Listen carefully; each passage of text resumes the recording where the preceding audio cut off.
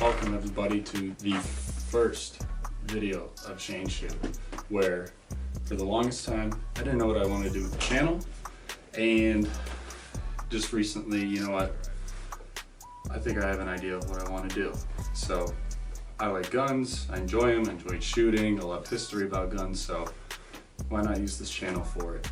So without further ado, before we get into the video, I want you guys to hit the like button and put a comment in the comment sections for the comment algorithm, because I know the algorithm gods love comments. So if you guys can do that, that would be greatly appreciated. Start off my first video, why not show you my main squeeze rifle? So, what is my daily rifle, if you want to call it? Well, this is a Daniel Defense DDM4 here. Now, before I go any further into the gun, no, there's no relationship between me or the company. First one. Two, the gun is empty and cleared. So, for all you safety freaks out there, gun is safe. I want to have the mag in it because it looks cool. So, a little bit of a backstory before we start this build. At first, no, this is not a V7, obviously, or a V9. This actually started life as a DDM4 patrol. Now, I'll throw in a quick picture here now. And yeah, you're probably looking at that thing saying, oh my god, that is the most ugliest thing I've ever seen. I did too when I first ordered it, but my dealer, who is like an associate through Daniel's, he was like, yeah, I'll get you a 16-inch M-lock, you know, the whole thing. I'm like, cool. Waited 3 months for it. That showed up. I'm like, thought I was getting a V7. Well, I said, screw it. I don't want to wait 3 months anymore. And I actually paid a pretty good deal for it. So I wanted to walk out with the rifle. I ended up paying $13.80 for that rifle that you just saw on the screen.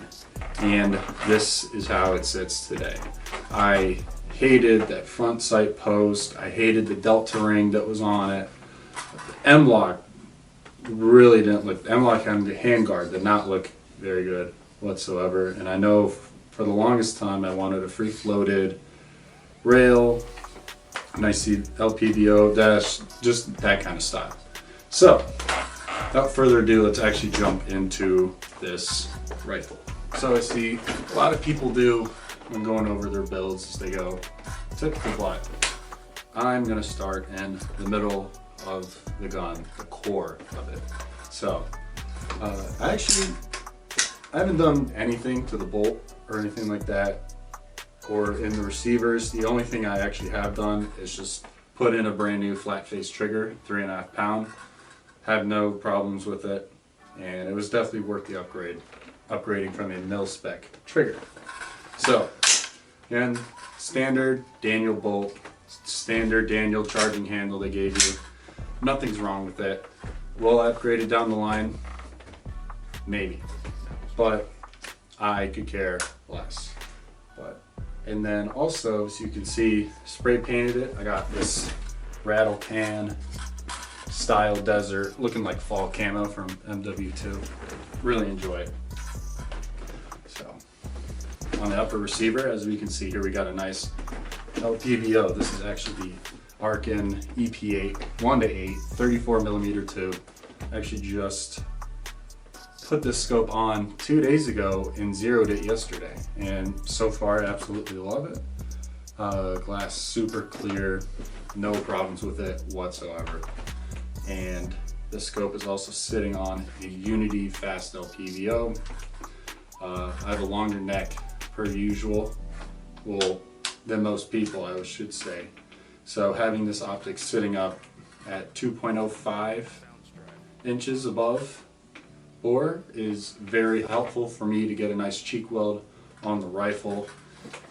I know the main reason why they made these is to really get a nice little chin weld on it, but for me, I mean, my head sits up so high where this Unity fast mount actually ends up just giving me the perfect cheek weld. So can't go wrong with Unity to make great stuff. Going on to the barrel now. Still, I kept it standard. It's still the Daniel Defense cold hammer forged 16-inch barrel. No issues with it. I have no plans on upgrading it, anything like that, anytime down the road.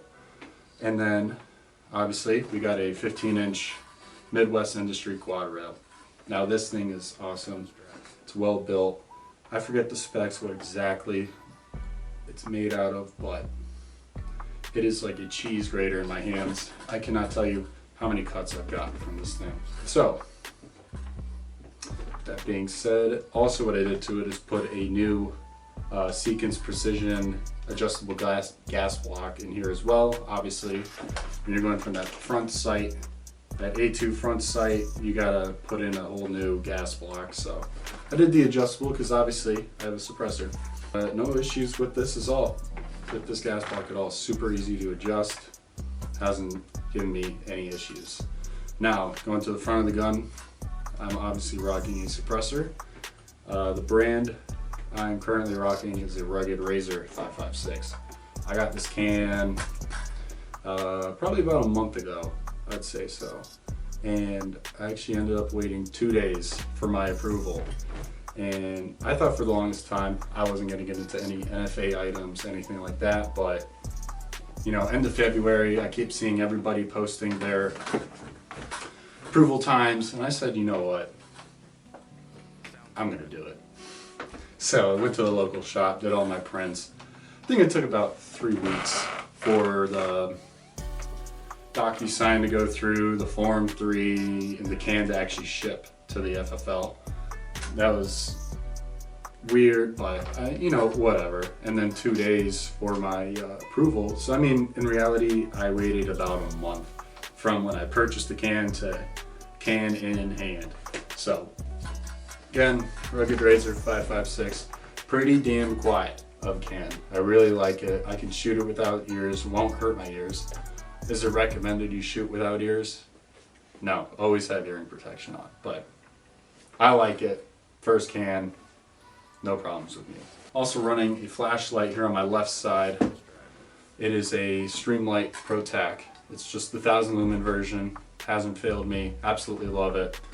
I was running the pressure pad up front. I ended up taking that off because I now use this flashlight placement as just a hand reference of where I like to keep my gun. So, and I don't plan on putting any grips underneath or anything like that because this is my hand reference, where to keep it. Back to the stock of the gun. Again, this is totally all mil spec, haven't changed the spring, haven't changed the buffer. I think I'm just running a H buffer, that's it. And obviously I had to take off that terrible Daniel stock. A lot of people like it, I don't like it. Just didn't feel right to me, but you know, these Bravo, B5 Bravo stocks, amazing cheek welds. I know Magpul has a couple out there I was looking at, but you really can't beat this look. One thing to note that I totally forgot to mention is I still have that stock Daniel grip I need to get rid of. Now I know a lot of people like to hate on some of Daniel's furniture. It's okay, I don't need to change it. Do I want to change it? Yeah. I'm not really a fan of the grippy texture they put on here. I've seen some people saying, you know, they can grip the gun really well and their hands get sweaty and no issues. What I've realized is I have a little bit bigger of a hand, is that I can't, it's almost hard to grip, like get a full nice snug grip on it. I've noticed with that because it's got a nice thickness down here, but then it gets skinny towards the top. Not a big fan of it. So I'm gonna replace this with probably B5 Systems pistol grip. I have one of theirs on another build. Absolutely love it. No issues there. So also, can't forget, now I'm just noticing this, I'm also rocking just a 45-degree micro red dot off the side. Do I really use it? No, I just put it on there because I had it laying around and it looks kind of cool. But I'm keeping this gun pretty simple. There's nothing really much more I need to do other than just flip the grip out. But this is I would just say the dream build. This is pretty damn reliable. I like Daniel's bolts. The gun runs smooth. Having it suppressed is even cooler. So I have no problems with it. So guys, I mean, that's really all I have to show with this rifle. See, I want to show more, but I want to keep it simple and just keep it a subjective video. But I have a couple more rifles I would love to show, but I just wanted to show off this piece right here. Now, if you made it to the end of the video, please, if you still haven't, hit that like button. And if you haven't put a comment, put whatever you want. Roast this rifle if you can. If you like it, tell me you like it. If you hate it, please tell me that this is the biggest piece of garbage you've ever seen. If anything, again, thanks for watching. More videos will be out soon.